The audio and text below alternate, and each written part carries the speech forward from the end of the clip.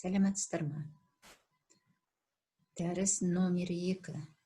Тақырыбы қалаларда қатты тұрмыстық қалдықтарды жою және толығымен залалсыздандыру шаралары.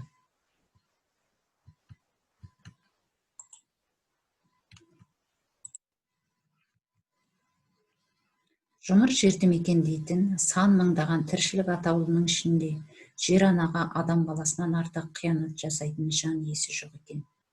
Басқасын былай қойғанда, саналы тіршілік иесі саналатын Homo sapienстің күнделікті өмір қажеттілігінен артылған тұрмыстық қалдықтары мен күл қоқысы ортақ планетамызда тұншықтырып барады. Қасиетті даласын көзінің қарашығындай аялайтын қазақ ат аунаған жерде түк қалады деп қастерлеуші еді. Енді табиғат аясына демалысқа шыққан әрбір адамның артында кемінде 10 кило қатты тұрмыстық қалдықтар қалатын болды. Қазақ жер жарасы, жан жарасы деп ұлағатты ұран тұтқан ұлт. Халқымыз атамекенін асылындай аялауды атадан балаға мирас еткен. Ендеше қазақ даласы күл қоқыс қоймас емес. Бүгінгі ұрпаққа айтар ұлағат, жеткіншектер санасына құятын ғибрат, туған жеріміздің тоқымдай телімін туысыратпай, сай-саласын күл қоқысқа толтырмай, қоқыспен бітелген бұлақтардың көзін ашып, тауы мен тасын көздің қарашығындай қорғау, халықтық мүддеміз, перзенттік парызымыз. Бүкіл өркениетті әлем қоршаған ортасын қорғап, қасіреті қалың жер ананы күл қоқыс қоймасын айналдырып алмау жолында жанталаса қарекет жасап жатыр. Қазақстан болса күл қоқыс мәселесін күн тәртібіне шығаруға да салғыртсып, ұлы даланың ұландығының арқасында жағасы жайлау арқасын кеңге салып келеді. Кейбір дамыған елдер күл қоқысты қайта өңдеу арқылы бір қатар пайдалы өнімдер алып, екі жеп биге шығып жатыр. Ал біздің үкімет жомарт даланың қойнауындағы қазынаны таратып, жер асты қыртысын қопартудан дивиденд жинап, аяқ астындағы күл қоқысты көзгелер емес. Егер сол тау-тау болып үйілген күл қоқысты инновациялық тәсілдермен керекке жаратса, қазба байлығынан тапқан табыстан бірде кем емес пайда табуға болады. Қоқыс қалдықтарды қайта өңдеу қаланың өзекті проблемасының бірі болып қалып отыр. Әлемдегі жетекші елдердің тәжірибесі көрсеткендей, бұл проблеманы оңтайлы шешуге толық мүмкіндік бар. Мәселен, Швейцарияда әрбір тұрғын қоқысты сұрыптап төгуге міндетті. Шыныны шыныға, металды металға, қағазды қағазға дегендей. Соның нәтижесінде шыны зауыттарының 90%, қағаз өнімдерінің 1/3 қайта өңдеуге пайдаланылады. Осыдан келіп, Швейцария мен Сингапур сияқты елдер әлемдегі экологиялық ең таза мемлекеттердің қатарында есептеледі. Жалпы қоқыс өңдеу ісі үлкен табыс әкелетін пайдалы сала. Әлемде қоқыс қаншайым атанған қытайлық Жан Ин өзінің миллиондарын осы қоқыстарды өңдеу арқылы тапқан. Не жоғары білімі жоқ, не сүйенетін адамы жоқ. Тапқаны тамағынан артылмайтын жанды қалталы жандардың қатарына қосқан. Себебі оның қоқысты өңдеуді ерекше еңбекқорлығы табандылығы. Біз ұсақтарды ескере бермейміз. Тек осы іске бәс тігіп қолға алатын қазақстандықтар аз. Әрине қоқыстың барлық түрін өңдеу үшін аз қаржы кетпейді. Оларға керекті техника құралдардың да бағасын қалтамыз көтере бермес белгілі. Ал егер қоқыстың бір түрін өңдейтін болсаңыз, табысқа жетеріңіз анық. Айталық, қазіргі кезде қоқыстан ең көп табылатын заттардың денін пластик бөтелкелер, құтылар құрайды. Бұдан табыс табудың алғы шарттары қандай?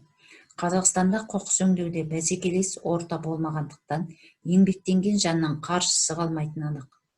Өйткені 1 келі болатын пластик құтыларды өңдеуден миллионнан 8 келі екінші сұрыпты зат алынатын ескерсек, кеткен шығынның қайтарылатынына күмән жоқ. Соған қарамастан өңдеумен айналысуға ынталылар әлі де жоқ. Ал қағазды өңдеуден түсетін пайдада ұшан теңіз. Қоқыс қаншайым атанған қытайлық Жан Иннің бизнесінің негізі осы қажетсіз қағаздардан құралады. Ол тіпті кәсіпкерліктің алғашқы кезінде қоқыстарды өңдеп дәуірі болмаған. Бар атқарғаны ортадағы делдалдық. Америкадағы иесіз қоқыстарды арзан бағаға сатып алған ол, Қағаздарды бөлген соң Қытайдағы өңдейтін зауыттарға тасымалдап, кейіннен оларды орама қорап түрінде қайта жасатып, Америкаға саудалап отырған. Тақыр жерден табыс табу деген осы. Ресейдегі ең қоқысы көп қала Нижегород облысындағы Дзержинск қаласы екен.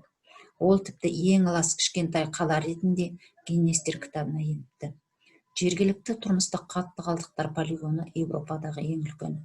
Бұндағы қоқыстар төмен температурада өртеледі, ауаны бүлдіріп, ал өртенбейтіні жаймен жерге сіңеді, топырақ пен суды бүлдіріп жатыр.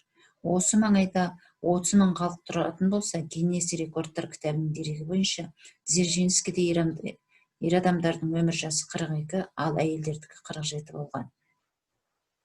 Popular Science журналы ғылымдағы 10 шамақты емес мамандықтардың рейтингісін жариялапты. Қоқыс қалдықтары мен оларды өңдеу әдісін зерттейтін гарвология 4-ші орынға шықты. Әрине, кім қоқыс жинаушы, көше сыпырушы болғысы келеді дейсіз. Алайда күрек пен сыпырғыш ұстағандардың еңбегінен ақша аямау керектігі кім-кімге де белгілі.